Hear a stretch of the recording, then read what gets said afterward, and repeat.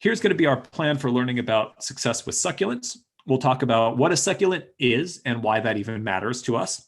We'll go over some top succulent choices for home gardens, which are a combination of the succulents that I think are some of the most beautiful and interesting, are easy to grow for home gardeners, and then are ones that you're likely to find because there's so many different succulents. Some of them are pretty rare to find in a nursery. So I kept that list to ones that if you're looking for them, you might not be able to just go to the big box hardware store and find them always. Sometimes some of them are there, but if you look at local specialty nurseries that carry succulents, you should be able to find them. We'll also have a nursery list towards the end of the class. I think it's actually on the last slide.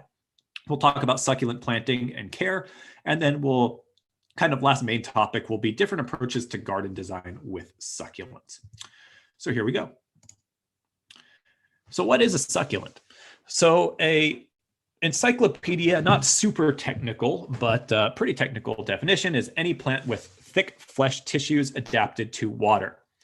And so that can be in stems of the plants, which include cacti, some degree in aloes, although aloes should really be down there. It's kind of a typo, mostly in leaves, and then yucca plants as well. They have those thin blades that there's not a lot of moisture in it, but the stems have the moisture. And then the leaves, which includes aloes, agaves, echeverias, dudleas, all those little rosette-shaped succulents.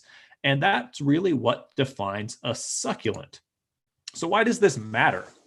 Well, more often than not, that's an evolutionary adaptation that the plants have evolved to help them grow in arid or semi-arid climates.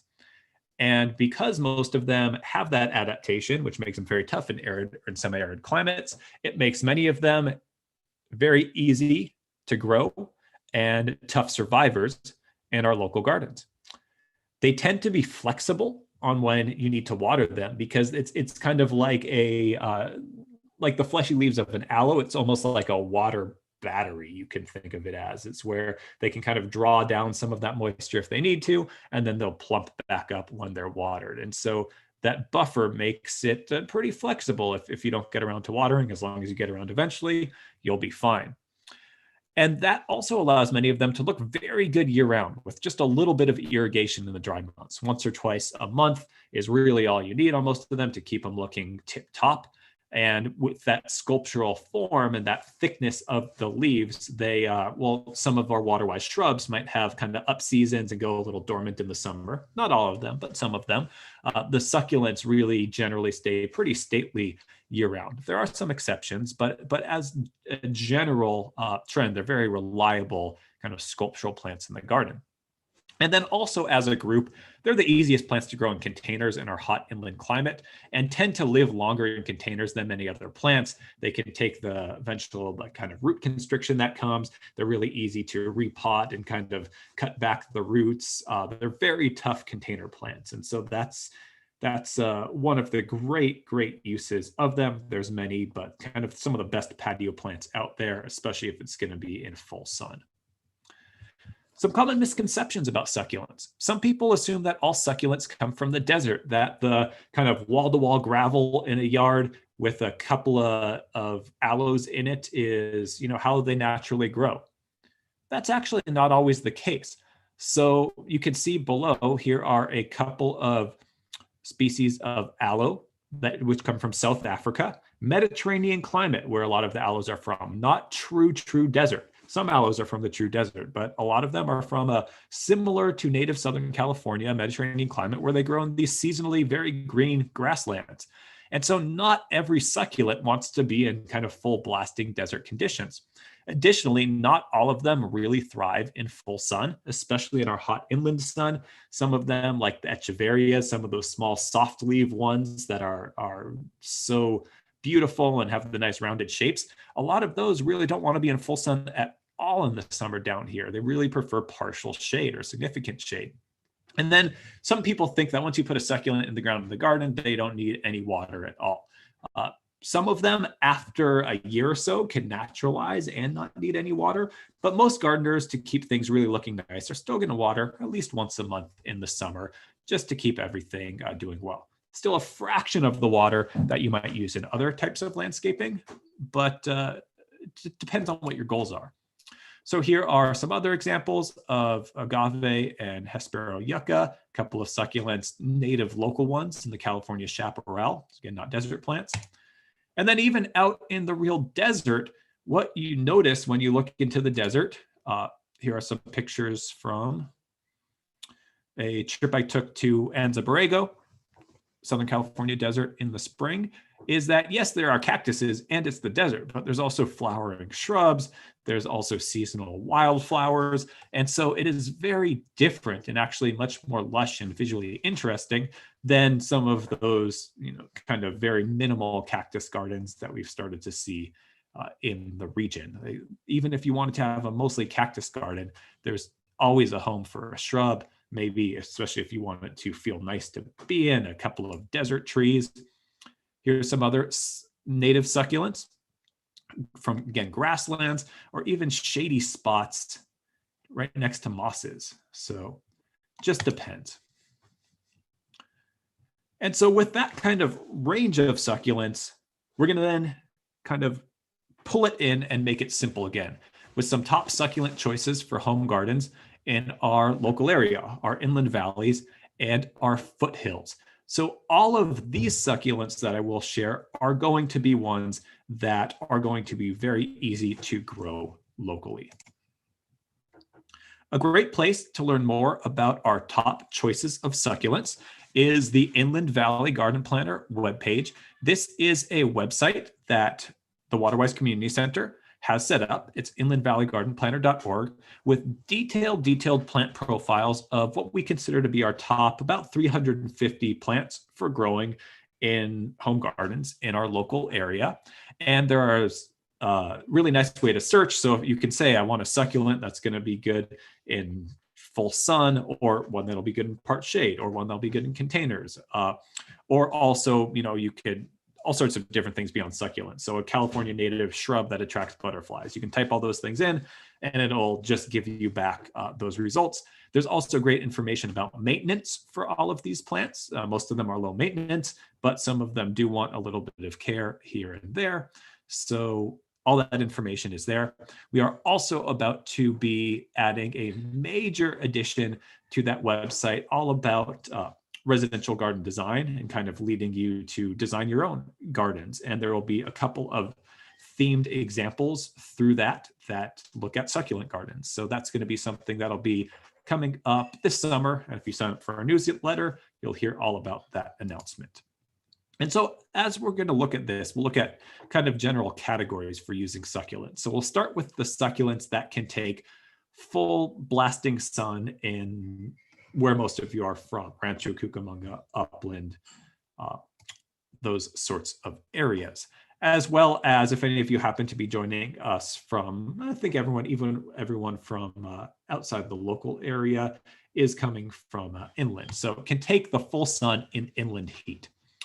We're going to start with the classic, aloe vera. And this is literally the same plant where you can break off a leaf of it, squeeze out the gel, and that is aloe vera gel. So it's one of the reasons why I always like having one little area of it around, but it's a great landscape plant as well.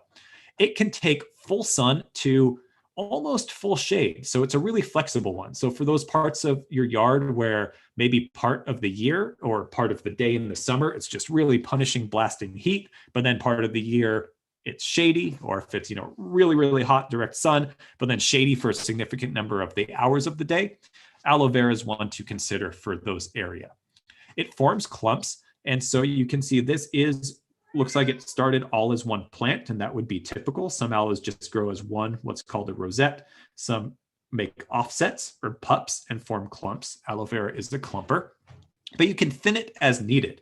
And so it's very easy to, with a shovel or with a serrated blade, a pruning saw, you can separate them all if you want to, replant the ones you want at the density you want, and then you have extra aloe vera plants, which you can replant somewhere else in your yard, give them away to friends, whatever you want to do with them. The yellow flowers are very nice. They're flowering right now in gardens. A lot of the aloes are winter bloomers. The aloe vera tends to be more of a spring bloomer, which is nice. It extends that flowering season throughout the year. It blooms for quite a while. And it has yellow flowers, which contrast nicely with the orange to red flowers of many other aloe species and a lot of our other succulents. This one works well individually, kind of like here where there's just one clump, or even in very long drifts, like you might plant a whole perimeter part of your yard or all the way along a walkway. Works great either way. You can call it like a little cousin of aloe vera. It's a different aloe, and this one is called Blue Elf. This is much smaller, and so you can see on the left here, this is like a curb, and so these are about 6 inches tall, maybe not including the flowers, up to a foot with the flowers, and it's a small clumper. Assume each clump is going to get maybe about 2 feet. Over time, you can divide. Maybe over a very long time, it'll get wider, and it's a lot of these little rosettes, and it almost forms a mix. Like it almost has a grassy effect if there's a big mass of it, but there are all these little aloe leaves. It has a really beautiful blue color. And this is another one that takes full sun to part shade and has a beautiful red flower. Hummingbirds love all of the aloe flowers. And these are also in bloom now in our gardens, where you want a small ground cover that can really take that punishing heat, like in a parkway with that reflected heat from asphalt in your little parking strip, or right along the sidewalk, something like that. This Blue Elf aloe is a great choice. So there's many, many other kinds of aloes. Those are just a couple of highlights for really the full blasting sun. So if you go to the nursery, you're likely to find others as well. Most of them are horticulturally pretty similar in terms of their care and maintenance, but making sure that you check how much sun it really wants inland is really a good thing to take a look at. And then the agaves are great too. So one thing to take a note of, aloes are generally soft. Sometimes there's little points, which are not true thorns, but are just little points along the ridges of the leaves, but the leaves are soft and they don't have a very sharp tip at the end. Agaves are the ones that generally have the sharp tip at the end. There are some exceptions, but some of them are extremely gorgeous. So Blue Flame agave is one of my favorites. That's a medium-sized clump-forming agave. So just like the aloes, the agaves can be clump-forming ones or they can be singles. The aloes come from South Africa. The agaves come from the Americas. So this is a medium clump-forming agave and makes a great, roughly knee-high background to other smaller succulents. And although it does have the points, they're not quite as wicked as some of the other agaves. On any of the agaves, if you have them and you're worried about the points, what you can do is you can trim just about a 1/4 inch with the hand pruners off of the spines. They'll still, they won't be soft, but that really does take the kind of worst of the tip off. And they are good in full sun to part shade. And then going a little bit smaller and less of a clumper, but kind of individual rosette, really sculptural options. Probably my favorite in terms of the look is Blue Glow agave. And this one's becoming a little bit more popular and available. Absolutely gorgeous. It has that blue foliage color, but it catches the light with those glowing leaf edges. So that's why it's called Glow. It's you can see the very tip is red, but then it gets thin and the glowing parts kind of glows as yellow. It's really even more beautiful in person. It's hard to capture it with the photo. So if you put it somewhere where it's kind of backlit in the morning or the evening and you see it, it's really great. Be sure to plant it where it can have its natural form. It's going to get at least 2 feet wide, maybe up to 3 feet wide over time. So I would even plant these a little bit farther apart so they can really show off. You don't want to crowd them and have the leaves all kind of clumping together because it has this perfect kind of symmetrical form. And it works well, either spaced out as an individual accent or in groups. It's also great as a potted specimen. And one of the reasons that makes it great in pots is that it doesn't offset or have those pups, so it stays as a nice sculpture. I saw someone type in, is the Blue Flame agave one of the ones you used to make tequila? Tequila is made out of a different species. It's agave americana, which is easy to grow, but it's like at least 5 to more like 6 feet wide. And so sometimes people do grow it in landscapes, but most of the time, and it's got a really sharp spine. Most of the time when you see that one in landscapes, it doesn't really have enough room to grow, ends up looking awkward. So most of the ones that go into my list of favorites are actually quite a bit smaller than that. And speaking of smaller, one of my other favorites is the Queen Victoria agave. This one is a little bit smaller than the Blue Glow. This is like 18 inches to maybe 2 feet wide, and it's just this beautiful little geometric sculpture in the garden. It works well in groups or as an accent. Great potted specimen as well, because it rarely offsets or pups, and both of those are great in full sun, but they can take some part shade as well.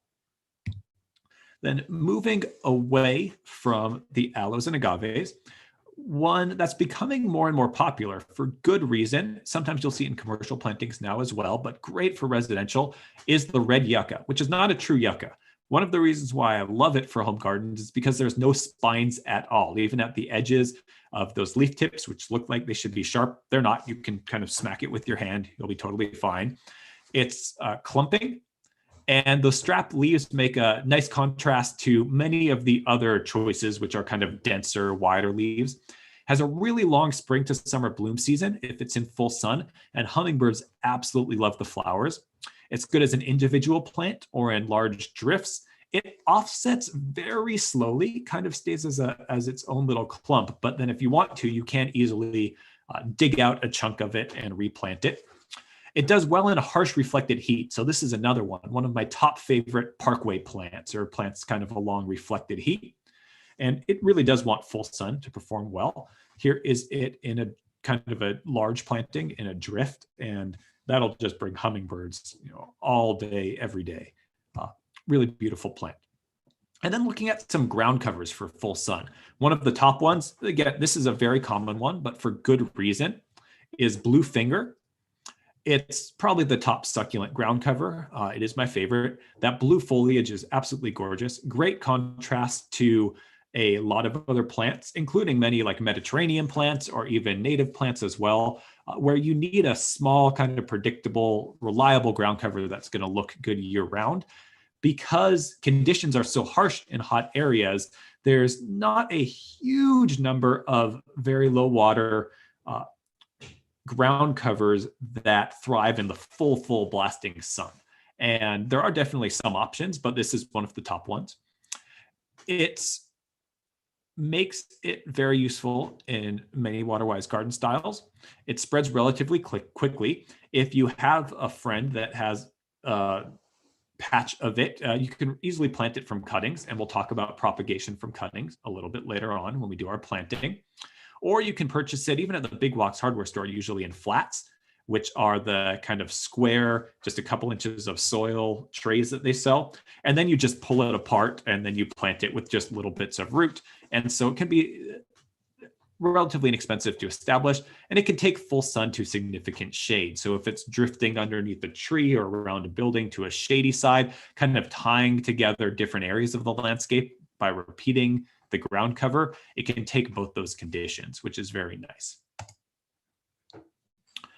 And then the other ground cover that I'm going to mention is orange ice plant. This is different than the invasive ice plant, which causes huge problems kind of in the coastal areas. Kind of different plant within the same general category. This one is a reliable full sun ground cover. It has a much smaller, darker leaf than the Blue Finger, so it's a nice kind of contrast option. So if you're working with some of those succulents, maybe an agave that has that blue or grayish leaf color, you might not want to use the Blue Finger because you don't want to use the ground cover that's too close to the color of the kind of accent plant. But maybe you would use this with the darker leaf. The blooms, which come in the spring, are loved by butterflies for their nectar. It spreads significantly, and it can also be purchased in flats and divided as well, just like the Blue Finger. It also looks really good spilling over the edges of walls or the edges of containers. So this will continue to kind of like grow down over the edge of this wall in this picture. And then a few more for full sun, and then we'll start moving into ones that are great for part shade. A classic which can be quite expensive if you try to buy a large one, but can be planted small and then just garden for years because they're adorable when they're small. And as they slowly grow, even if you need to move them before they get too huge, you can do that. They're easy to transplant. And so you can see here some young ones. We have the Queen Victoria agave that we talked about, and then the beautiful golden barrel cactus. It's a classic desert garden plant. It's a really very unique shape and the colors are gorgeous, but plant them knowing that they'll be small for a long time. They're slow but steady growers, and they're great to contrast so many different things. And then for those of you with larger yards looking for succulent plants that are maybe going to work for a larger accent or in the backdrop, a couple of top choices. One of my very favorites is Desert Spoon or Dazelerian. It's very easy to grow a large accent. It can be up to 7 feet wide. So this is like a kind of shrub sized. And once it gets going, it really wants to be the size. I mean, if you think about this shape of a plant, there's no way to trim this back and still have it look good. So you just only plant pretty much all succulents. Only plant them if you have space really to accommodate that mature size. Always look up the mature size of the plant. And if it's not one of those little ground covers, that's easy to just pull apart or trim back. Make sure you have room for it. They're not spiky at the end, but they do have kind of serrated, sharp edges along the leaves. And then the blooms are absolutely gorgeous. They need to be a number of years old before they start blooming, but they're these big dramatic blooms that then you cut off after they're done blooming. And then another kind of dramatic, in a different way, some overlapping ones, but one that will start actually almost looking like a mini version of the last plant, but then eventually will start to grow a trunk, which also can be the skirt here could be cut off to reveal kind of more of a single trunk, is beaked yucca. So if you're looking for something taller, it's a great choice. And the beautiful flower clusters are loved by pollinators, and then you just chop them off and the yuccas keep growing. The aloes will bloom every year. The agaves will stay as a sculpture, and most agaves after many, many years will then just bloom once and they will die. But oftentimes the ones that have pups will have pups at the bottom. And then the yuccas, kind of like the aloes, once they reach sufficient age, will bloom regularly. Most of the yuccas that you would plant in the garden will bloom multiple times. So one last one, and then we're going to look at some plants that like some afternoon shade. The hardy spineless prickly pear. So there's lots of prickly pear cacti, which are the ones with these kind of paddle shaped. They have an edible fruit, although very spiny. Most of them can be eaten, like nopales. However, for home gardens, for the look of the garden, this is one of my favorite. Most of the prickly pears tend to get huge. Some of them stay small. This one, which is the hardy spineless prickly pear, is becoming more commonly available, and it's almost completely spineless. Still be careful, but that makes it more friendly to do your garden maintenance around. And it gets about 3 feet tall and 6 feet wide. So it's a little bit more of a friendly size to a home garden. Has beautiful yellow flowers and red fruit, and then it contrasts very nicely with the other succulent plant forms to get some sort of this prickly pear kind of paddle-shaped cactus. Full sun to pretty significant shade is okay for this one. So now we're going to shift into lists that are going to each be a bit shorter, but lots of good things to look at. So we're going to talk about succulents that can take sun, but truly thrive in at least some afternoon shade from the hottest part of the year. And then we'll look at truly shade tolerant succulents. So the aeoniums are great choices. The aeoniums they can be grown in full sun, but our inland heat will go pretty dormant in the summer, meaning that they'll shrivel up and look kind of unhappy. In the coast, they do a little bit better in the summer. So I tend to plant these in areas where they'll get some afternoon shade or even in part shade, like underneath a tree canopy. The black ones, there's a few, but the most common one is black rose aeonium. Has this outlandish Dr. Seuss shape. The dark color is great for that beautiful contrast. And they're very easy if you want more of them to plant. Basically, You snap off individual branches, just let them dry in the shade for 3 days so that the snapped off part dries off a little bit, and then replant them. Best to done in the fall after they have come out of any kind of summer dormancy, when they look like they're kind of nice and the leaves are full.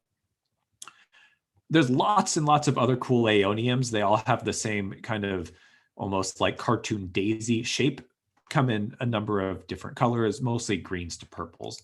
And so here you can see it as a mass planting. They get this beautiful yellow flower. And so in a residential situation, you might use just one as an accent, or you might even do it like all the way along the base of a house in part shade, something like that. A different aeonium that's more of a ground cover is the Haworth aeonium. Very common, an easy one, great in pots as well. Same thing, easy to just snap off the heads and plant more of it.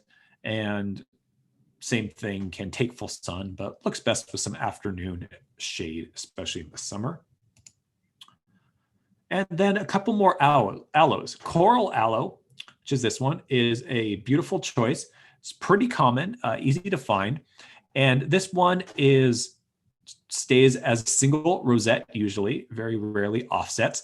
Each one will be 2 to 3 feet wide, and it gets these wide flower clusters that are this beautiful orange. So I like to mix this because they're kind of a similar size, but then this one stays individually and has a much wider leaf and a more open form. I like to mix this with aloe vera in the same kind of garden design, and then the flowers contrast a lot too. This one can take full sun, definitely, but the plant itself overall, and especially like the leaf tips, tend to look better if it gets some afternoon shade or part shade. And then really cool odd aloe, which is a great potted specimen with good drainage. It does well in the ground as well, is fan aloe. It's slow growing, but over time will develop these almost woody trunks. And it's a great container specimen. You can put it in the ground and it's a lovely kind of small plant without a trunk at all in a container, and just over the years can grow up into doing something like this. Same thing, the leaf tips, you can see how some of the leaf tips are a little black here. If it gets strong afternoon sun in our area, the tips will kind of burn like that, but in part shade or afternoon shade, looks quite a bit perkier. And then the last one in this category is another common plant, but for good reason, but is often used in areas where maybe it doesn't look as good as it could, and that's foxtail agave. Foxtail agave is a clumping agave. It's one of the most useful for home gardens if you have space for large agave, because it has no spines at all, completely soft on the tips and very soft along the plant itself with these flexible leaves.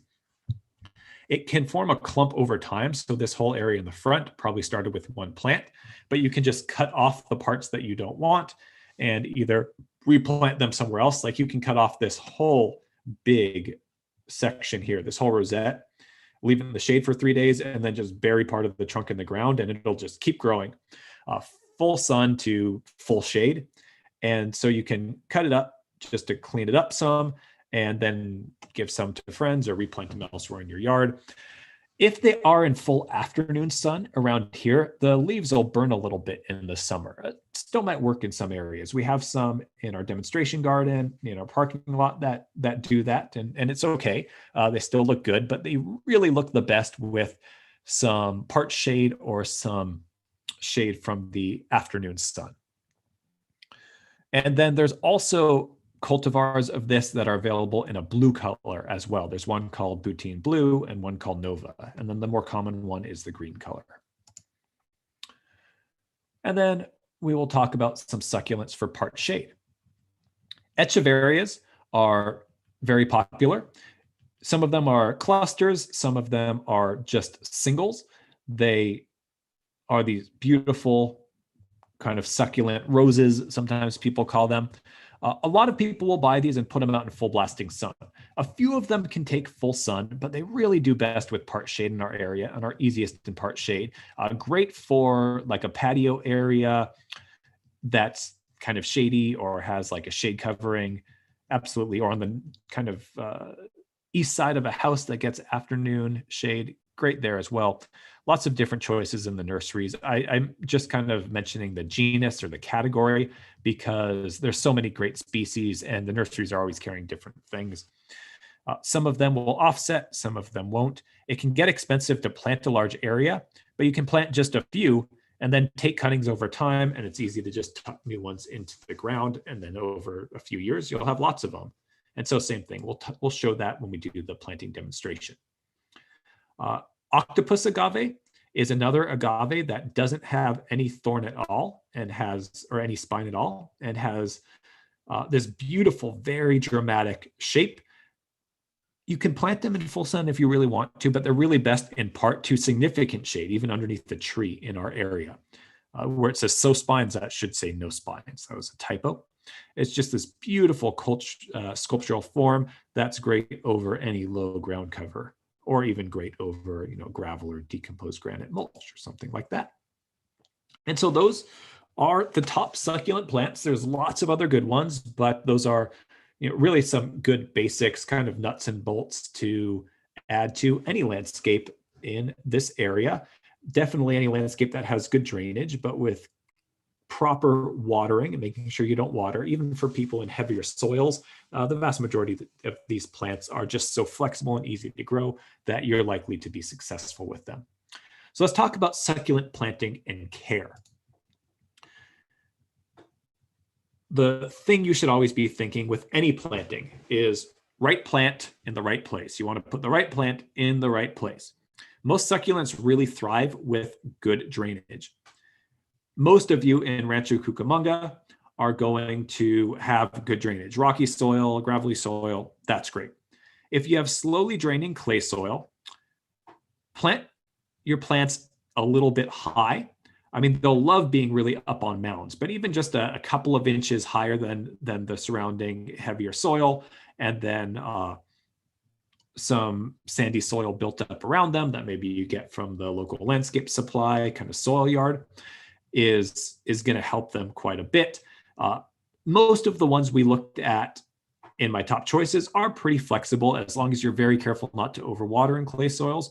Or if you have really terrible heavy clay soil, which is rare among the cities that people are joining us from today, but kind of down in Chino Hills is the case, planting succulents in pots is always a way that you can grow as well. If you're trying to amend slowly draining soil, don't add like just a little bit of sand and till it in. Just doing a little bit might make it worse. You can always add a little bit of compost, and that could help. But if you're thinking like I'm going to add sand or gravel or something like that, you really need to go like almost 50% by volume, like gravel or sand to really get the effect you're looking for. So it's probably better just to build up with a little bit of a mound with a little bit of nice sandy soil and go from there. Really takes a lot of work to kind of change the whole soil type. It's going to be more work than most people want. And then the other thing about right plant, right place is really research the sun and shade requirements of the plants you're thinking about, and then how wide it's going to be. I see so many agaves that want to be 6 feet wide or 5 feet wide, and it's really easy to research, even look at the nursery label, and it says it's going to be that big, and they're planted a foot away from the sidewalk, and that just never works out well. So from there, we'll look a little bit at planting and show a planting example. Had some questions come in. Let's see. From Aline, where can you buy Blue Glow Agave or Queen Victoria? On the last slide, I have local places that have a lot of these plants, and so you'll see that list. Someone asked about that orange ice plant. How often would you need to water it?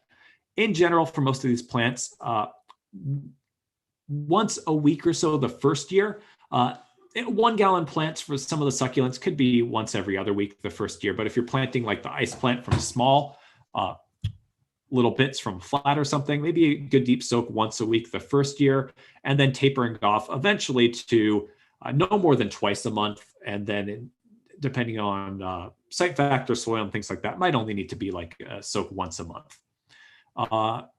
From Jan, asking about a senecio. Thought for a pot, will it grow in the ground? It depends. A lot of the Senaceos, it's that right plant, right place thing. Look it up. A lot of the Senaceos, some will take full sun, but a lot really do want part shade in our local area. A lot of the Senaceos are easier to grow in pots, but some will grow in the ground just fine. There's so many different ones. I'm not familiar with the Senacio angel wings that you mentioned. But there's a good chance it'll grow in the ground, but you can't go wrong with it in a pot. So from Anonymous, your mom's garden in Fontana, there's a lot of rocks in the soil there. That's great. Succulents love rocky soil. Not a problem at all. In fact, that's, if you have that really rocky, kind of sometimes more rock than soil, some of your Rancho Cucamonga have that. There are people in other parts of the world or other parts of the region who want to grow succulents that would love to have your soil for those purposes. A lot of our local native plants and succulents will just take that super rocky soil, no problem. You never know how much rock is in the soil by looking at how the plants grow. So for planting, succulents are very tough in general, but no plants want to be planted in full sun right in the middle of the summer, July or August. If you're going to be planting in full sun, but the plant was in shade at the nursery, you're also going to want to what's called acclimate the plant to its new home over a few days, which means if you bought it from underneath shade cloth in the nursery, when you bring it home, put it somewhere that gets maybe morning sun and then some afternoon shade, leaving it in the pot. And then over a few days or over a week or so, put it in areas where it gets more and more sun throughout the day, and then plant it if it's going to be planted in full sun. Sometimes at the nursery, they're in full blasting sun. They've grown up that way. That's fine. But other than that, let it kind of slowly acclimate is a way to really help make things go smoothly. And so here's going to be an example of planting a 1 gallon plant from containers. Most succulents you'll buy from either a 4-inch plant or a 1 gallon plant. The larger kind of landscape ones, 1 gallon, sometimes a 5 gallon plant. But most of the time, if it's available in a 1 gallon, I'll pretty much always buy the 1 gallon plant. They cost less than maybe about a third as much, and they're easier to plant. And over the course of a year, a lot of 1 gallon plants, even for succulents, will become the size of a 5 gallon plant. So just also depends on your budget, but 1 gallon plants are also so much easier to plant. So here's an example of just planting a 1 gallon native, California native Dudleya succulent. The Dudleyas like some afternoon shade. And so this is going into the east of a California native milkweed, Asclepias subulata, which is a native desert plant as well, and a great companion plant. And so if you are in an area that has any sort of mulch, whether it's gravel, decomposed granite, or wood chips, you're going to start by lining up your plant, taking a step back, making sure that it's going to look good where you're planting it. That's where you want it. And then you really want to move your mulch well out of the way. You never want your mulch to be getting mixed into your planting hole. If it's gravel and it's a succulent, that's not as big of a deal.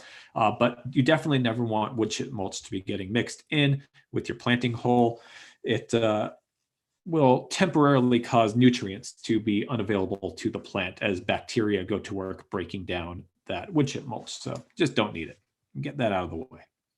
So make sure you get down to real soil. If you're working in a garden that has a mulch layer or is already established, I like to have a tub, could be just a 5 gallon bucket nearby. The soil goes into that and then can go easily back into the hole without mixing the soil into all the mulch and anything else nearby. This might seem obvious to some of you, but I do need to mention it because it's not obvious to everyone. When you're digging holes for putting plants in the ground, this is the kind of shovel you want to use. It comes to a point. It's called a spade. If all you have in your garage is an old shovel with a flat head across and no point, you're going to want to go get a shovel like this, a spade, because those flat ones are not good for digging holes. They're good for like transferring a pile of material into a wheelbarrow. So that's a spade. That's what you want to use.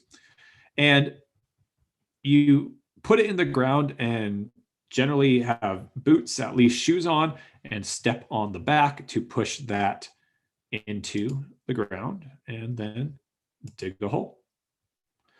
The hole you want to dig doesn't need to be super deep. You're going to want it to be a little bit less deep than the depth of the root ball of the plant and about twice as wide. And then check. And you're going to check versus the potting soil level in the pot, because just depending on how it was packaged or put together at the nursery and how long it's been in the pot, it's never going to be up to the very tip of the pot, and it might be anywhere from an inch down to half an inch down. So stick it in the hole and look at the soil level.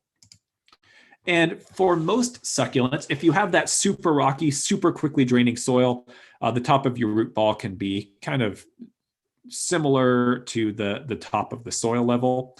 But even there, I like to go maybe a half an inch taller, up to a couple of inches taller than the surrounding soil if you have soil that maybe doesn't drain quite as well, might have some clay in it, because that keeps the root crown of the plant elevated, the base of the plant where it's most prone to rotting. So that looks about right. You can see I have maybe an inch or so between the top of the soil level and the actual top of the plant. If you have any little weeds in your pot, now is a good time to pull them out.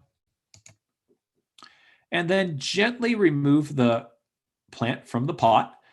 Generally, I'll maybe like slide my fingers around for 1 gallon plant around the top of the plant and slowly invert it.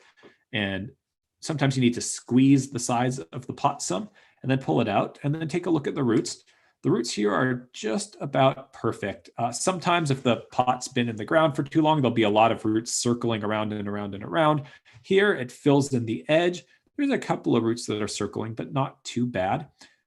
And then on the bottom, they've just kind of filled that out. And so what I like to do, as long as the roots have filled out to the side and the root ball seems pretty firm, I will then dip the plant into just a bucket of water so that the root ball is fully saturated before I plant it. If the roots haven't fully filled out the root ball, you can skip that part, but let's just really make sure that it gets off to a great start, kind of being fully watered to help reduce transplant stress. You'll hear air bubbles bubbling out, and then when it stops, you lift the plant out.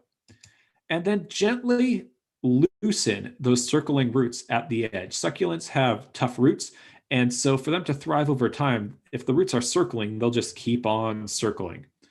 And eventually that can kind of constrict the plant, make it harder for the plant to get water and nutrients. And so if there's just a few, you can use your fingers, or I will often use a serrated blade. If you do a lot of gardening, this is a Japanese garden tool called a hori hori, or a gardening knife, which has a serrated blade on one side, not super sharp, not as sharp as like a kitchen knife, but great for kind of shaving just the outermost roots off.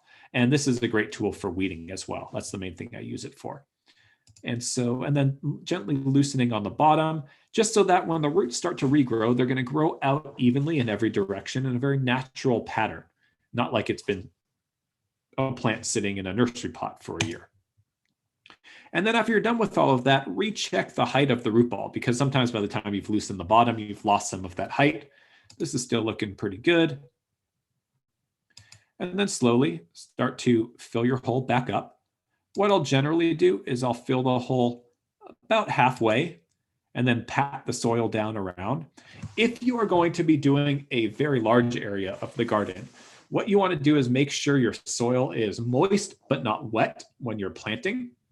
And generally in a rocky soil, that'd be like watering the soil, the whole area of the soil really well, maybe 3 or so days before you get out there and plant. If you have a heavier clay soil, maybe it's a full week. You don't want the top to be muddy for sure. And that just makes it, one, easier to dig, and two, better for the plants and better for the texture of the soil when you transplant.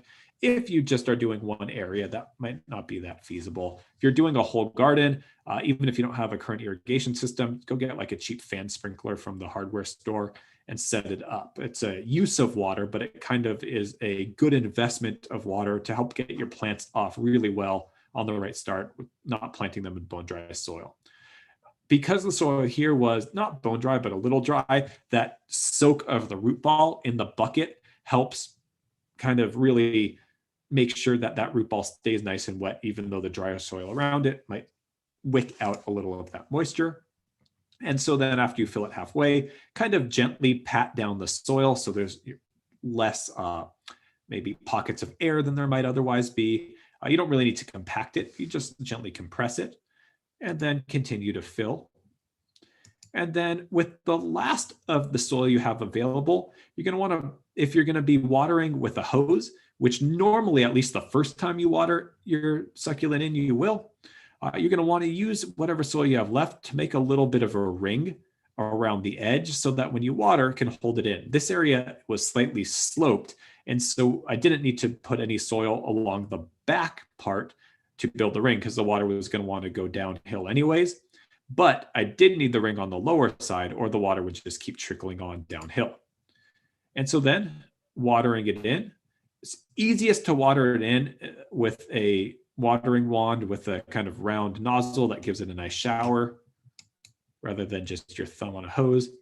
And when you're newly planting a plant, I always recommend watering it in till your little ring or till your soil till your ring is full or your soil can't absorb any more water, and then let it drain out. And then over the next little while, come back and do that 3 times. The first time you water in a plant, succulent, vegetable, anything, is going to be the most important time you ever water that plant. It's almost the one time where it's really hard to overwater. You want to make sure all of the soil around that plant is nice and evenly moist. So I'll generally do that 3 times the first time I'm watering it in. And then if I'm continuing to water this with the hose, I might not water this for at least a week, maybe a couple weeks, just because it's an afternoon shade. But then after that, I'll probably water it at least twice, fill up this ring, if not 3 times when I do that again. What all of these plants want, all water-wise plants want, including succulents, is an occasional deep soak. And so that individual soak, you're going to want that water to penetrate like deeper than the 3 inches or 4 inches that you want to water your lawn when you water it. You're going to want to water it down to like a foot at least. But then you're not going to water it at all for a long time. And then you're going to let it dry down. So if you are going to water again, and before you water, you should always check the first couple inches of soil. If you feel moisture there, you're going to want to hold off and you don't need to water again quite yet. And so now we're also going to talk about the other way to plant succulents. And this is a really economically efficient way to do it, which is planting from cuttings or pups, especially if you have friends who already have succulents or you're trading succulent cuttings with people. Here's kind of planting from cuttings or pups, which are those offsets that like aloe and some of the agaves do. You can see how much these plants really want to grow.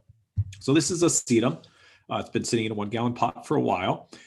So it's a little bit longer and leggier than you would normally find them at a nursery, but sometimes. And you can see even just kind of growing, it's trying to set out roots and see if there's new soil for it to root into. These plants do that as part of their strategy. So all you need to do for most succulents with a stem, vast majority of them, is, and basically so many that you just assume that you can do this, is you can, with a pruner, make a nice cut.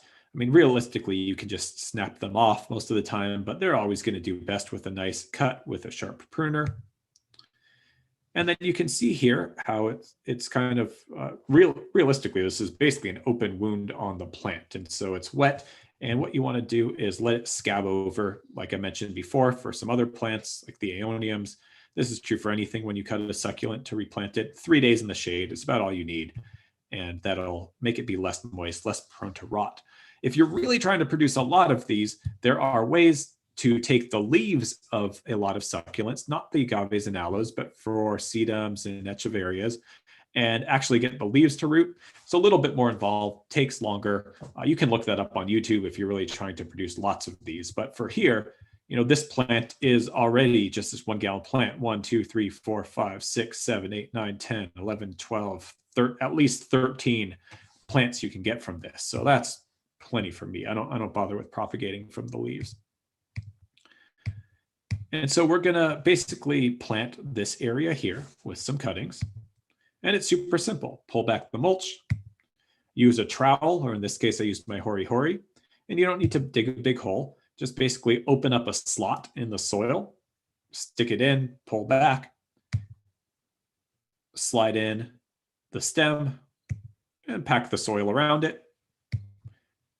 And then if you want to do a couple more, kind of just repeat, and there you go. And that'll start growing.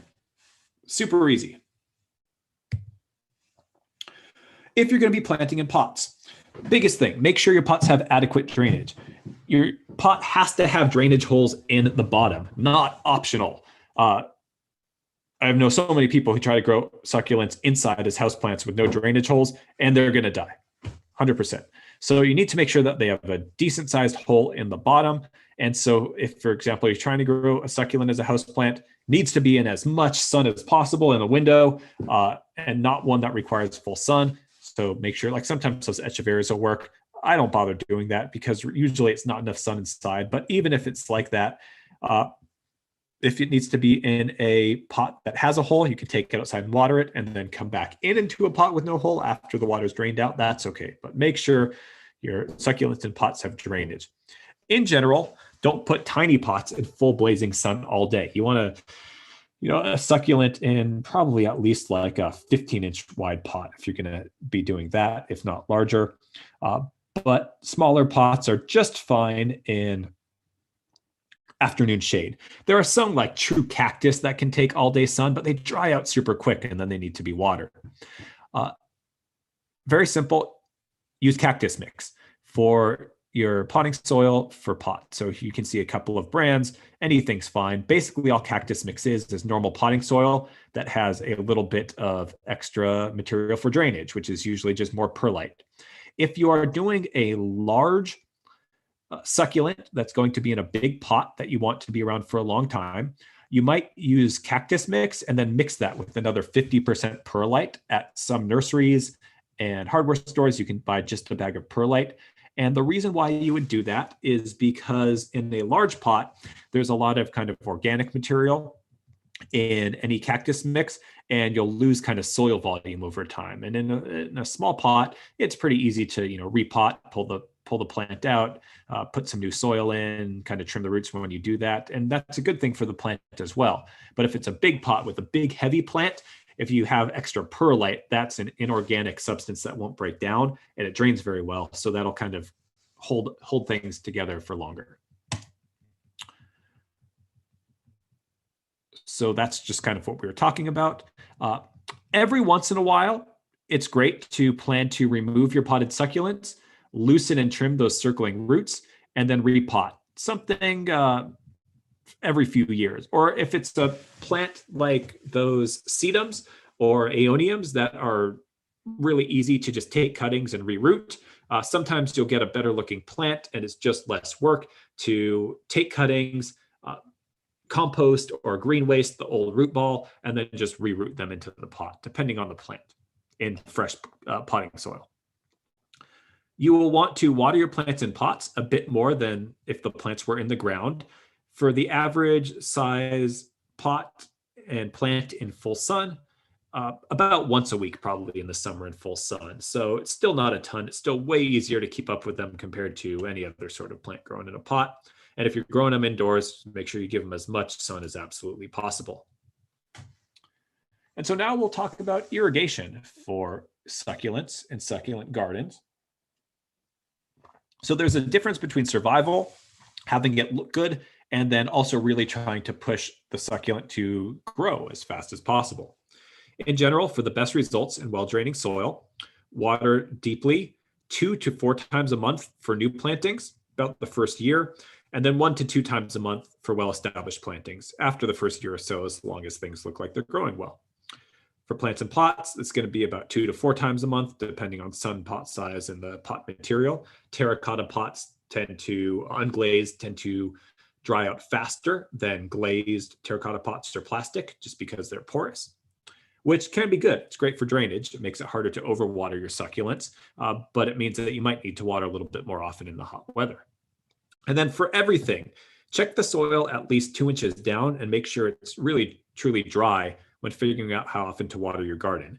And realistically, for established succulents, that would want to be like at least 4 inches down, if not deeper. But most people aren't going to dig deep that down each time. So just because it's dry 2 inches down doesn't mean you have to water. But certainly, if it seems moist, 2 inches down or less, you can let it go for longer if your succulents are well established. If you're going to use drip irrigation for your succulents, this is the kind of drip irrigation I highly recommend. The drip irrigation that has the little thinner, what's called spaghetti tube with the individual little button emitters, and normally just one is put on each side of the plant. We always see when we try to help people with their irrigation systems that those things have fallen apart. They're just really fragile. Maybe they're great in theory, but they just don't work very well long term. When things fall apart, something's always getting overwatered, something else is getting underwatered. The pressure in the system is off. And so with this drip tubing, which can be, normally it's put on directly on the soil surface and then it's covered up by the mulch. It's really easy to run, and basically it has the emitters built inside of the tube so they can't fall off or get knocked off. They actually are, as you can see on the lower right, a true emitter. It's not just a hole in the line. And if you're interested more in terms of like how to do this right and the kind of systems we recommend, we have a full workshop that we teach called Drip Irrigation Design and Installation. You can check it out. We're going to be teaching it later in the summer or late spring. I don't remember the date off the top of my head, but we do have a recording of it on our YouTube channel at cvwcd.org/YouTube. Has all of our past workshop recordings, and you can check out Drip Irrigation Design and Installation. For our other upcoming workshops, I'm going to type it into the chat right now. You can check out cvwcd.org/waterwise workshops. That'll take you directly to the Eventbrite page where you can see the listing of workshops and sign up for our workshops through the first part of the summer. And we normally teach at least 3 workshops a month. You can find all the class descriptions there. If you're going to be watering with a hose, for small gardens, hose watering is fine, but just be sure to water deeply. So it takes a while with the hose to water. Like I mentioned, you might need to water another area and then come back a few times to really get that deep irrigation in. If you're going to water with a hose, I recommend you use a watering wand with what's called a breaker on it. So there's different brands, but basically something that gives you that nice shower. But what I don't recommend is using these things if you're watering a whole garden. And the reason why these things are great for like washing your car, automatic shutoff, that's great. But the ones that click and have all the different nozzles, you can see here, it looks like a nice shower, but the whole center is hollow because all those nozzles on the inside are turned off. Whereas with this, you can see it's holes all the way across the front. And so it's still a nice soft shower pattern, but you're going to be able to get your watering done in your garden proportionately much, much quicker. And then other maintenance tips.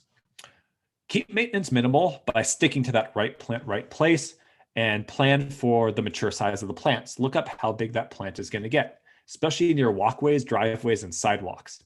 When your blooms of your succulents fade, you can deadhead them by clipping off the stem down to the base of the flower stalk. And for some species, you might want to take cuttings and reroot them when they start getting stemmy or leggy, like those dark purple aeoniums. Over time, they'll get taller and taller and taller, and none of the succulent part at the bottom, just a stem. And for those, you can snap them off and then reroot them all after a number of years to freshen up the look. And then all gardens are going to have some ongoing weeding, checking irrigation, all that. But you want to avoid this. We see this so often where it's a great plant. It's not the plant's fault, but that plant wants to be huge. And once you start cutting back a succulent like this, it's never going to look right. And then one other thing to keep a lookout for is there is a disease that is in our area. It's actually a little bug, but you don't really see the bug. You just see the effect. It's called an aloe mite.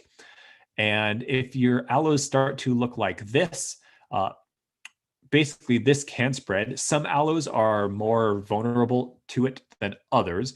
But for me, if this shows up in a garden I'm involved with, I just pull out that aloe, double bag it in a black, big heavy duty trash bag, and then throw it in the trash, not the green waste, because this can spread. And so you don't want to throw it in your green waste and have it end up in someone's mulch and then on other mites. So you might never see this, but if you do, I just wanted to make you aware of it. And then covering the ground in the garden. There's a number of different options that all work well for gardens with succulents or succulent gardens. Gravel, done well, nicely, not just the same exact size of gravel from the wall to wall. Decomposed granite, wood chip mulch, or then also with all of these adding in accents of cobblestone or boulders or those sorts of things. So we'll look at some examples. So this is decomposed granite. That's the kind of stuff that is, when you walk on it, there's a nice little crunch. It's not quite soil, it's not quite gravel, and you can buy it from the local landscape suppliers and works well 2 or 3 inches deep as a ground covering to reduce the evaporation from the soil. Weeds are decently good at germinating in it, so you sometimes need to do some weeding compared to other types, but some people really love the look. It could work quite well. Easy to walk around on through your garden. Here you can see a combination of different things. In this garden, the pathways were gravel and decomposed granite for a patio, but then wood chip mulch in the actual planting beds, which is just fine for the vast majority of succulents that you will find. This to me is gravel mulch done right. I really love this garden. This garden was self-installed by the homeowner. This is actually in Rancho Cucamonga. It was just someone who came into our demonstration garden one day and showed us this. Was his first garden, but obviously quite talented. And some really lovely work went into this garden. So you can see here a combination of different ground covers, materials, which I think is really lovely. Some decomposed granite in the back. And here you can see gravel, but notice how he mixed different sizes of gravel and then different sizes of stone, and then even some boulders, the dry stream bed to capture some water. But if you just look at, even if you're not going to be putting in boulders, if you just look at this gravel, how it mixes the different sizes, that really helps obtain a natural look that adds so much more to the garden than like if you just got 3/4 inch gravel across the whole thing. It's smaller, medium size, and then some stone. And then the stone also shows up in the decomposed granite as an accent as well. This is gravel mulch done well. Don't resort to this.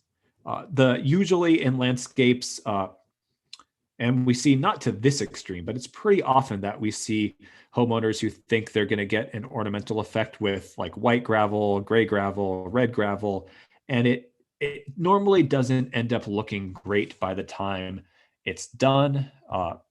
This is generally a much more successful approach and not necessarily more expensive for just mixing, same kind of local natural type of gravel, but just different sizes of it. So if you have more questions, keep them coming in, but there's a lot to cover, so we're just going to keep moving along. We'll talk about design with succulents. So there's 2 huge ideas to really start with. A design that you're going to love is more than a collection of random plants in a sea of gravel. It is really easy at the nursery to see all of these super cool plants and buy one of this and one of this and one of this and maybe 2 of that. And then you get them home and you try to lay them out. And it's very hard to turn that collection of plants into a lovely garden, even for a professional designer.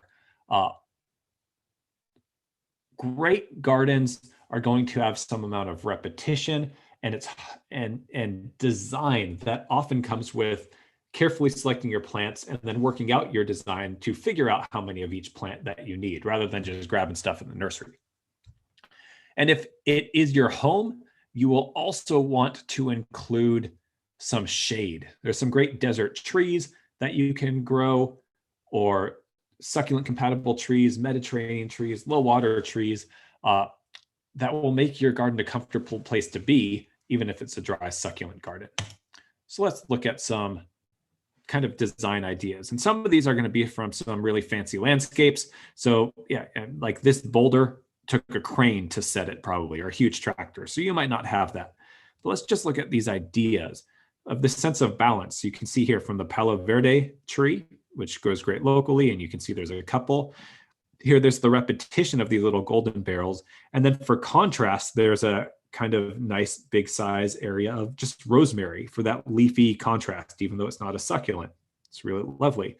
And then kind of a repetition of forms of these rosette forms, but lower, taller, doing different things. And then the columnar succulents as well. So you might have different choices, but kind of seeing how that composition works, or thinking through just kind of ideas like that. Repetitions. So here's this dramatic drift of aloe vera, and then those red yuccas back here, golden barrels here with Palo Verde and mesquite trees. And so you might not have something this big, but you could have a drift of aloe vera along a pathway. Absolutely lovely. Here's another picture of that with the Palo Verde trees in blue. Or how about an eclectic container courtyard? If you do like the one of this, one of that kind of approach, pots are a great way to express that exuberance and build that collection. And then if you have a landscape, what I would recommend if you really do want to have a big collection of different plants in a landscape is choose at least a few plants that can be repeated in the landscape in different areas to provide some sense of continuity. And then have your kind of one of this, one of that mixed in between, but at least have a few different plants that repeat in different areas of the yard. Or specimens and contrasting combinations in pots. Can be very modern. So you can see here, 3 choices: big, little, and then ground cover without a lot of diversity, kind of dramatically, or very eclectic. So this is Morton Botanical Garden in Palm Springs. And you can see here this crazy collection, but most of this is kind of in some partial shade underneath the desert trees. Here's some other pictures from Morton Botanical Garden. Potted collection, again, with that crazy diversity. And I like the groups and echoes of form. So the different beavertail cactuses and the different agaves, but they still are using the composition of the repeated form, even though it's a different species or different selection.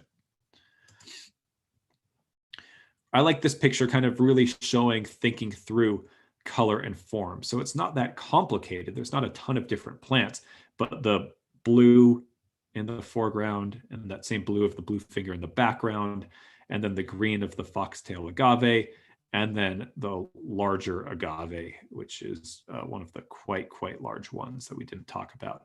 And then rosemary, you see again being worked in for its kind of contrast and its dark color. Or you can get very creative with the color, and you can get very experimental in pots, and it's a way of, without spending an arm and a leg on plants, be able to have that kind of lushness and abundance. As you can see here on the lower right, like this kind of gardening does tend to get quite expensive because you're buying a ton of small plants, but you can plant out a few areas if you like this and wait a few years and then take your cuttings and go from there. Or just do one small area of your yard to this.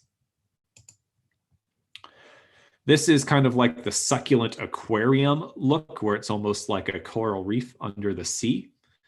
Some people really like this. I like it. I tend to like a more naturalistic approach. This isn't personally my style. This often, because of so many things growing so close together, ends up being a lot of clipping and maintenance, but you absolutely can do this. And it's a way of getting a very lush, almost tropical look with a fraction of the water that it takes to grow tropical plants. Or a very eclectic approach. This is a kind of one of this, one of that garden on the left, which is what some people like. And if it's what you like, then absolutely go for it. Or the simple power of repetition. So like a foundation planting, that's just aloe vera. Sometimes people have, a lot of people around here, including at my house, have, especially if your house is built sometime in the 1950s, these weird like slightly raised brick planters along the front of the house that are maybe like a foot deep and there's not much you can do in them, aloes tend to work very well in there. It's just like a line of aloe vera can be beautiful. I really like this. This is from landscape architecture firm Terremoto, a project in LA, and just this soft color and form and texture composition, with then some more dramatic accents. Or for a more naturalistic desert feel, really working with layers. We're again working with desert trees. Mesquite or palo verde are very common ones. And then you can see here all those opuntias, euphorbias, like the sticks of fire, and aloes, but kind of layered together. And then in these sorts of landscapes, you can see here like decomposed granite in the path, and then going and mixed in with kind of rock and gravel, and it all kind of mixes together. And one of the nice things about doing that is that the kind of patio areas then could just kind of sweep very naturally into the planter areas. It's another picture of that landscape. Or here, these are all by landscape architect Steve Martino. These are all in the more southwest area, not in California, but he's just a master at working with succulents and desert plants and setting up these areas here where you can see the gravel just sweeps towards the plants. And then it goes from a patio space with a small pea gravel to having more kind of natural kind of size rocks mixed in. And trees can make all the difference. So, you know, with this tree here, it looks like a really beautiful kind of masterful composition. But if you took that away, you know, there'd be some interesting plants, but it would not be the same at all. And here's another example. Working with contrast, color. And then another great use is succulents is in the foreground of a water-wise landscape that maybe has kind of larger, more rambunctious shrubs in the background. And then with succulents in the foreground, it's a more predictable size for how the edge is going to work, especially if it's near like a sidewalk or a path. And it provides this kind of little bit of a, even here, it's very eclectic layout, but it's kind of a neater sense of edge space that's holding back the more chaotic landscape behind it. Or succulents being the accent in a different style of landscape. So here, kind of Mediterranean water-wise landscape with the blue flame agaves being really the punctuation here.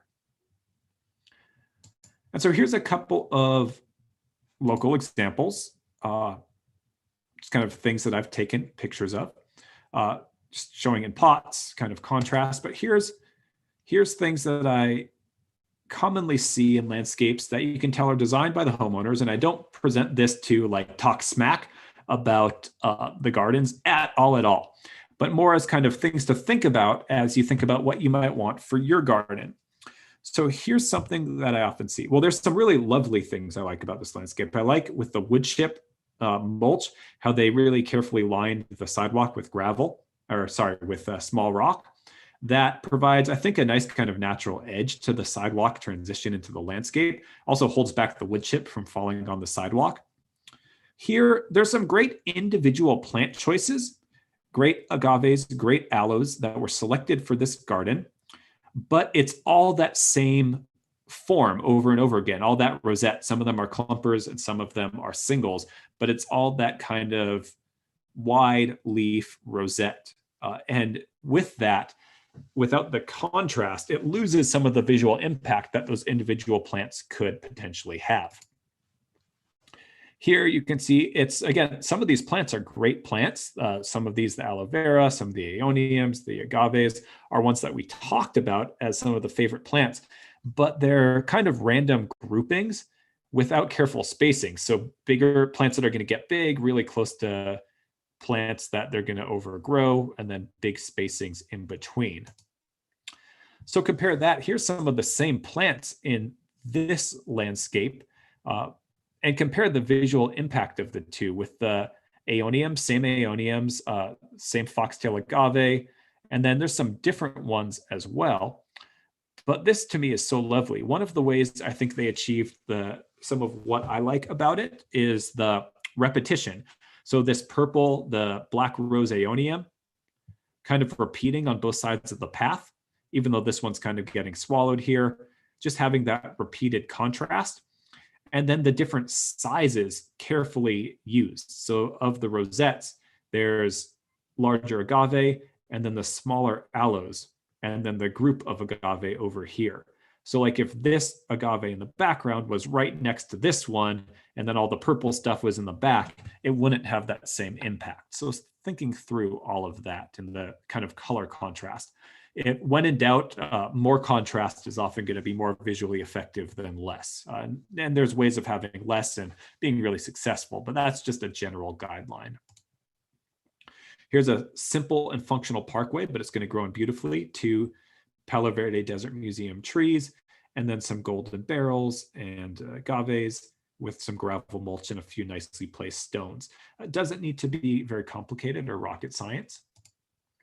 Here you can see a nice mixture in this yard in Pomona of California native plants, some native sages and manzanitas for the hedge, native toyon, and then for the ground cover, the blue finger succulent.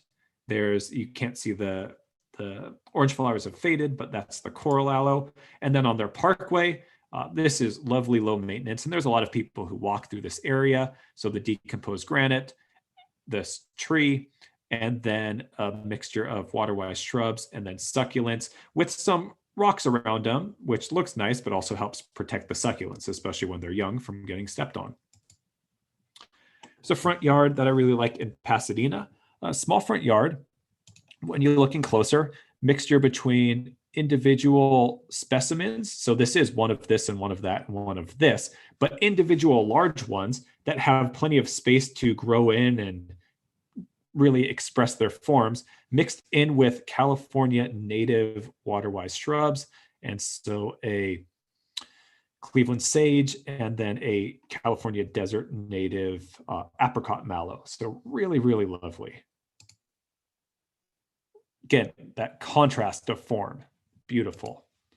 So you can see here, lovely contrast. Or here's a sculptural accent, just a dramatic kind of punch right in the middle of a mostly California native or Mediterranean front yard. So it's an Altadena. Absolutely lovely. And you can see here the foxtail agaves in the back will also grow in as a great background plant. Here is kind of that succulent seascape approach in a north facing, so very shady. This is at a hotel and restaurant parking lot in the San Fernando Valley. So a lot of these plants, especially the aloes and the foxtail agave, work quite well in this north facing, shady most of the year, but then sunny mid-year, as well as the blue finger. Here's kind of a close-up. So at the small level, there's all sorts of eclectic stuff going on, little aloes, little sedums, but then when you go farther out, there's some larger kind of clumps and some repetition to hold it all together in terms of the design. So no questions have come in yet, so I will just keep going. And what I am going to show now are some of my favorite companion plants for succulents. So these are non-succulent plants, which grow very well with succulents. Some of them will be ones that we saw in the pictures of the succulent design slides that I showed, whether they're trees or maybe California native shrubs with beautiful, colorful flowers, ways of enhancing a garden planted with succulents by using non-succulent plants that are going to grow very well with them. Starting with my favorite couple of trees for gardens with succulents. First one, which we definitely saw, is Desert Museum Palo Verde. Quick note before we get into it. So all of these have detailed profiles on that Inland Valley Garden Planner website that I mentioned, and I'm typing that into the chat now. That's inlandvalleygardenplanner.org.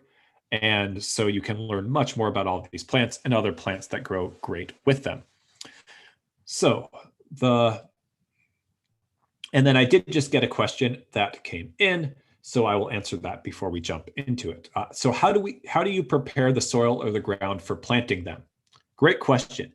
One of the great things about succulents is that they just don't want or don't care about a lot of the things that the nursery industry generally wants to sell you. So if you have well-drained soil, whether that's rocky, gravelly, sandy, loamy, as long as the soil drains well, you don't do anything to prepare. The plants come prepared.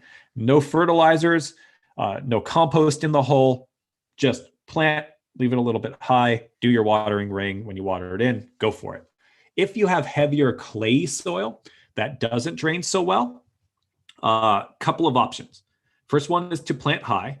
You still don't want to do any fertilizer. If you do have really heavy clay soil, what you might do is in your backfill for your hole, you might add up to like 1/3 by volume compost or planting mix like you would get at the nursery. And that's not really to provide a bunch of extra nutrients because the clay soil is going to have the nutrients that the succulents need. They don't need a ton. But what it's going to do is when you buy your plants, they're basically growing in kind of a lean compost mix, maybe with some perlite. And transferring it into clay soil is really kind of an abrupt transition. It's hard for it to get its roots out into that harder soil. And so if you have that heavier soil, that mixing in that 1/3 compost into the backfill just kind of creates a transition zone for the roots as they work their way out to do that. But generally for most people in Rancho Cucamonga, through our whole local area, our soils drain well. You just plant the plants in the ground, go for it. So that's it. Pretty simple. One of the nice things about working with it, a lot easier than growing roses or turf. Don't need to rake out the gravel. There's gravel in your soil. That's great. So moving on, talking about plants, Desert Museum Palo Verde, becoming more and more common of a tree in this area for good reason. Beautiful, grows fast, blooms a lot, spring into summer. Those blooms are great for pollinators, lovely to have around. It produces a nice dappled shade, so it's easy to garden underneath. Great plant. You can buy them in the nursery as a single trunk or a multi-trunk tree. They always look better as multi-trunk trees long-term. The single trunks tend to lean and start having root suckers. If you have the space, I would always recommend you go with a multi-trunk tree. For most trees, actually, if it's one that's sold as both. But definitely for both of these trees, actually, definitely for the Desert Museum Palo Verde, as well as desert willow. Desert willow is one of my other favorite trees for mixing in. This is a true desert tree as well. Grows in the California desert all the way through. It grows natively off the road outside of Las Vegas. Beautiful late spring through summer, much of summer flowers, basically like clusters of orchids on these trees. Pollinators and hummingbirds absolutely love them. And can be pruned up a little bit more to expose it, be more tree-like, or can be left kind of like this. So like in this one, I would have probably, if it was in my yard, chopped off this lower one to the right, and they take pruning very well. So that's desert willow, another one to consider. And then some shrubs. This is a locally native plant to us. You might see it if you're driving near the foothills. There's even some areas around us where it's like just recolonized some of the freeways. Definitely grows in the foothills above, in the local mountains above Rancho Cucamonga. Brittle bush, and in a garden situation with just a little bit of water in the summer, stays looking good and blooms for a lot of the year. It's blooming in my yard so much of the year. Birds really love the seeds when the little sunflowers fade. Important plant for pollinators. Just lovely as a backdrop with succulents in front of it. Also Baja fairy duster, another California native desert plant. And these things will be in bloom most of the year in our local gardens as well. They have these little tiny bottle brush red flowers that hummingbirds absolutely adore. Palmer's mallow is another California native desert shrub, has a very soft, almost velvety silver leaf and beautiful orange flowers that native pollinators love. And it kind of has you can say cousin, same family. Another mallow, desert mallow, also called apricot mallow, is smaller, has a silver leaf and just a ton of flowers throughout much of the warm season. Really nice. And then a couple more flowering shrubs to consider. Mountain marigold. This one is not native to California, but is native to Arizona. Works really well with native plants as well as succulents. Has a really nice smell. Whole smell kind of hangs in the air when it rains and through a significant amount of the year in spring, and then usually then again in fall, gets just covered in these kind of marigold-like flowers. It's a botanical relative of the garden marigold, but much tougher, much more adapted to being here, and a somewhat large shrub. And then the last shrub is Apache plume, going to mention, and that's another native desert shrub, which has these white flowers, which are kind of nice. But the reason why it's mostly planted in gardens aesthetically is because then those flowers dry out and it gets these feathery plumes that stay on the plant and just kind of catch the light in really dramatic ways. The form of the plant itself is kind of goes all over the place, but these plumes are just gorgeous as a background. And then you can have something like an agave in front of it, or an aloe, which really kind of has this strong form. And so sometimes having the loose form behind it makes both of them stand out even more. And then a few other plants. Desert milkweed. So milkweeds are very important plants for butterflies. The desert milkweed itself almost looks like a succulent. I guess the desert one is maybe a semi-succulent. I'm not sure if it's categorized as a succulent or not. Should look it up. But it does have that fleshy green stem. So part of the year, you don't really have any detectable leaves, but it's the green stem that does the photosynthesis for the plant. And then these beautiful flowers in the spring. The ones in my garden are just about to come into flower now, and absolutely loved by many pollinators. Looks great as kind of a background, like semi-shrub, and then other succulents in front of it. And then some perennial plants. One of my favorites for desert gardens is firecracker penstemon. This is native to our local desert. I've also seen it like in Red Rocks area, I believe, outside of Las Vegas. And you can see why it's called firecracker penstemon. It's this little, maybe about a foot to 2 feet wide, and just gets tons and tons of these flowers in the spring. Hummingbirds absolutely love them. So great contrast with some of the smaller succulents, or to be dotted around the foreground to loosen things up a little bit. And then the last one I'm going to mention is desert marigold. This is a short-lived succulent. You can actually plant it from seed, just toss out some seed packets, or if you plant it from a nursery, the individual plants won't live that long, but if you let it kind of dry out and reseed, you'll have some more come back. It blooms spring into summer, absolutely gorgeous. And so you can see here some of those plants we talked about with the firecracker penstemon in the background, and then the brittle bush. And so these would all do very well with some succulents kind of planted amongst them. So those are going to be my top favorite companion plants to mix in. Want to mention a couple of other programs as we get to the wrap up and final questions. So some programs you might be interested in. Socorro already mentioned the Smart Timer Installation Program. That is one which will, if you meet the qualifications, which is essentially a landscape with an irrigation system in good enough condition that it can save water, so no broken pipes and things like that. Having that smart timer installed is really an upgrade. If that timer location is within the distance of your home's Wi-Fi system, you can get one where you can check on everything with your irrigation system and make your changes on a laptop computer or your phone. And so if you're going to be doing a major renovation, that might be something to consider having installed right afterwards to really allow you to manage your water optimally.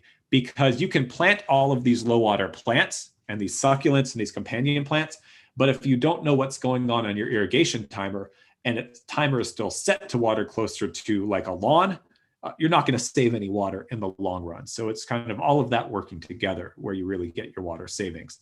And that is installed by a professional contractor, totally free of charge. So definitely get in touch with Cucamonga Valley to inquire about that if you're interested. And then the last one if you are interested in a landscape renovation project and want help coming up with the design for that project, if you live within our local area, which the Waterwise Community Center serves, and if you get your water from Cucamonga Valley Water District, you do qualify, is the Waterwise Community Center's Residential Landscape Design Assistance Program, where we will actually work with you and create a design for you for a front yard or a backyard. We will do both eventually. We can only just do one at a time. Then if you finish your project, we can do the other one as well. The project is no cost, but does require a $100 fully refundable deposit. And after you get your design, if you install a Waterwise garden in that project space we did the design for within a year, you will get a refund check for $100 back. You choose a design style based on 8 different themes, 2 of them which have succulents in them. You send us measurements of your yard. We work with you to tell you exactly what you need to send us, photos of your site. And then we have an online screen sharing meeting, one-on-one via Zoom, and we actually design your yard for you. There's more details. You can get the full details for that if you're interested at cvwcd.org/design assistance. That's cvwcd.org/design assistance. The one thing that you have to do to qualify for that program, other than be in that area, is you do have to take a landscape transformation basics online workshop. Similar like this, we teach it one Thursday evening a month from 6 to 8:30. And that gives you kind of the background information that we've really found after doing this program for a number of years that everybody sort of needs. So then we can really hit the ground running when we work with you for your one-on-one design. And so here are the main styles that we start with as the themes, and we customize each planting plan for the site, but this really gives us a good starting point, and you can look at the plants associated generally with each theme ahead of time. And so we have a colorful desert garden. That mix is California native plants with some succulents, and one that's more focused on primarily succulents called Succulent Sculpture, as well as gardens for butterflies and songbirds, pollinators, California native selections that focus on having color throughout the year, meadow feel, a Mediterranean feel, and a woodland feel. And if there's something else, if you have your own ideas, we will work with you on that. But what we find is that most people want to start with one of these. And so we'll do some additional resources, and then we'll do a quick closing poll and then have plenty more time to answer questions. So some additional resources for succulents are, and then it'll be easier to get these off of the slides or pause the YouTube video once it's posted, but there's a great list of clubs and public gardens with succulents at this web address. There's an author who's written a number of books about succulents named Deborah Lee Baldwin, and she has lots of great information and videos about succulents, design, succulent care, individual types of succulents on her website at deborahleebaldwin.com. And then if there's anything specific that you're interested in, learning about specific plant propagation or whatever, there's tons of great YouTube videos that have been created by succulent enthusiasts. And so the last slide, and I'll mention these, and then we will do our closing poll, and then I'll end it when I'm answering questions back here in case you want to write down any of this or take a screenshot. But our best local sources for succulents and companion plants. If any of you know of other great local sources, definitely please type them in on the chat and let me know. I'd love to add them to my list. But here are the ones on my radar. Garrison Foothill Nursery in Upland, great specialty nursery that's been around for a long time. Sunshine Growers Nursery in Eastvale. They used to have a more local location, but I believe the closest location is in Eastvale now. They do a lot of succulents. Armstrong Garden Center in Claremont has good succulents and more kind of native and companion plants. OC Succulents out in Irvine is a specialist. For the companion plants and a few native succulents, the Grow Native Nursery at the California Botanic Garden in Claremont is a great resource.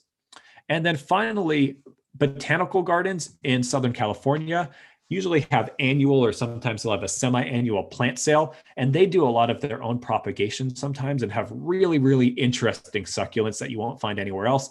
Normally they sell them pretty small in like a 4-inch pot, but the prices for a lot of them are not crazy. You can find really interesting things you won't find anywhere else. So some of them that do have succulents at their plant sales are the Huntington Library, LA Arboretum, Fullerton Arboretum. The plant sales were sort of off this year because of COVID, but as soon as they are able to open them safely, I'm sure that things will really be back on, and probably will be a lot of really great stuff this year. I know a lot of them shifted to doing like online sort of plant sales, but I'm thinking that maybe there's a lot of really cool material that didn't move last year that will be available the upcoming year. So with that, I will let Socorro go over anything she wants to go over. And I'm also going to launch a quick closing and evaluation poll. We would love to know what you thought of this evening's workshop, and want to make sure that you are getting the sort of information that you want. So if you found anything particularly useful this evening, we'd love to know about it in the chat. Or also, if there's anything that wasn't clear, please let us know as well. And so from here, I'll turn it over to Socorro. And if you have questions, definitely type them in, because we'll have plenty of time for questions. Socorro. Yeah, thank you, Scott, for this great webinar tonight. All participants should have received an email from Van Brian thanking you for joining the class tonight. Also in the email, there will be a link to a quick survey, so you can receive your fog bag and also be able to join on the raffle tomorrow. And there's also the link to the trivia game in honor of Earth Week. Again, winners will be announced tomorrow around 3 p.m. Follow us at CVWD Water. And if you don't have social media, we'll be emailing out the 3 winners tomorrow afternoon. Okay, thanks, Socorro. Anything else before I answer some questions? I think you're good to go. Okay, let's do that. And I will put this slide back to, there we go, to the local nursery sources in case anyone wants to refer to that. So from Karen S., is there a way to rewatch this? Yes. So this was recorded this evening. I'm going to be doing some light editing just of the downtime at the beginning, and then it will be posted to YouTube by middle of the week next week. And Socorro, you'll be sending out an email with the links and everything once that's up, right? Correct. It'll be if you visit www.cbwdwater.com/landscape workshops. You can find the video on there. I'll add it to the chat box as well, so you have the link to it. And then also in addition to that, all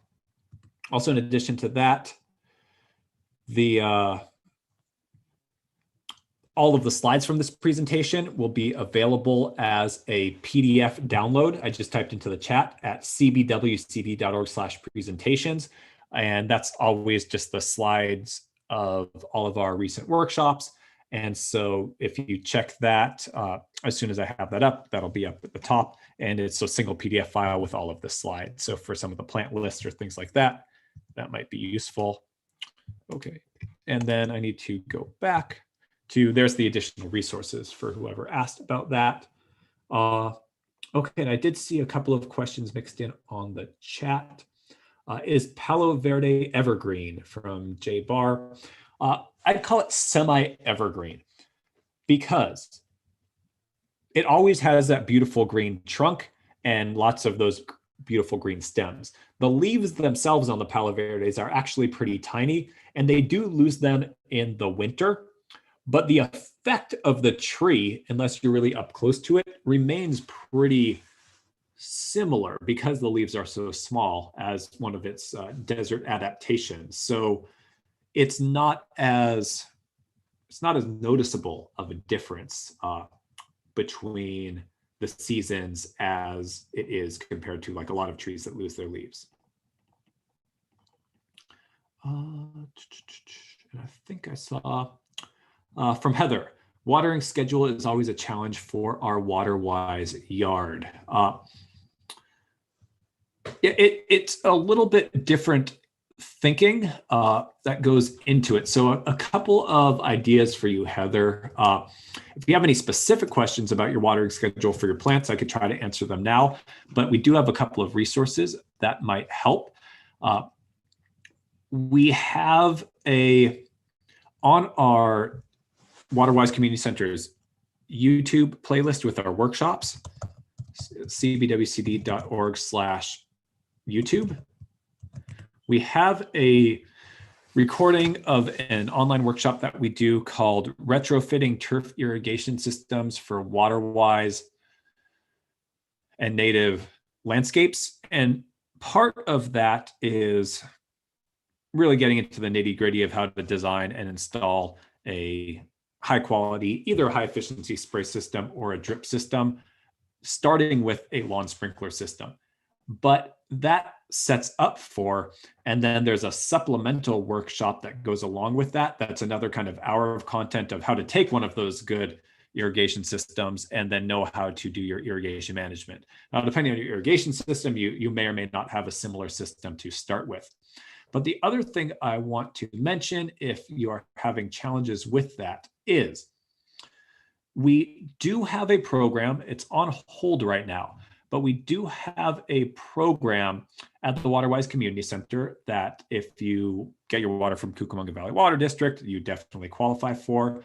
That is a landscape irrigation evaluation program where we will actually, for people who are having trouble with their irrigation systems, or if their water bill seems too high for their landscape, we will actually send a team to your house, meet with you, and run every zone of your irrigation system, look at the plant type, look at the irrigation type. If there's any leaks or anything we find wrong, we make recommendations on that, but we also give you recommendations on scheduling for how your irrigation system should be set up. So that program is on hold due to COVID right now, but hopefully in the coming months, we will get that going again. So if this is kind of a long-term thing and you're looking for more guidance on that, you could use that program. And I'm going to, so with a drip system, there's so many specifics in drip system, emitter layout, emitter flow rate, and all that sort of stuff that our team can really try to help you get your head around that. And so if you go to cbwcd.org, there'll be some drop-down menus from our homepage. And if you go to like for community members, and then there's going to be a section that says like water efficiency programs. If you look at the irrigation evaluation program, there's actually a little bit of information about it and then a form you can fill out to sign up. If you're interested, I would say go ahead and sign up for that program now, fill out the form. And what'll happen, even though the program's on hold, you will go onto basically like a standby list that we have. And then as soon as we are able to get up and going again, we're going to be contacting everyone on that list and starting to get things scheduled. So we would definitely be in touch with you if you know that you're going to be interested. Okay, I believe that is all of the questions we have. Thank you so much, everybody, for joining us, and I will hang out in case any other questions come in as people filter out. But with that, I will say have a good evening, everybody. Hope you join us in future workshops, and thank you very much to Socorro and Cucamonga Valley Water District for inviting us to present tonight. Have a good evening, everyone.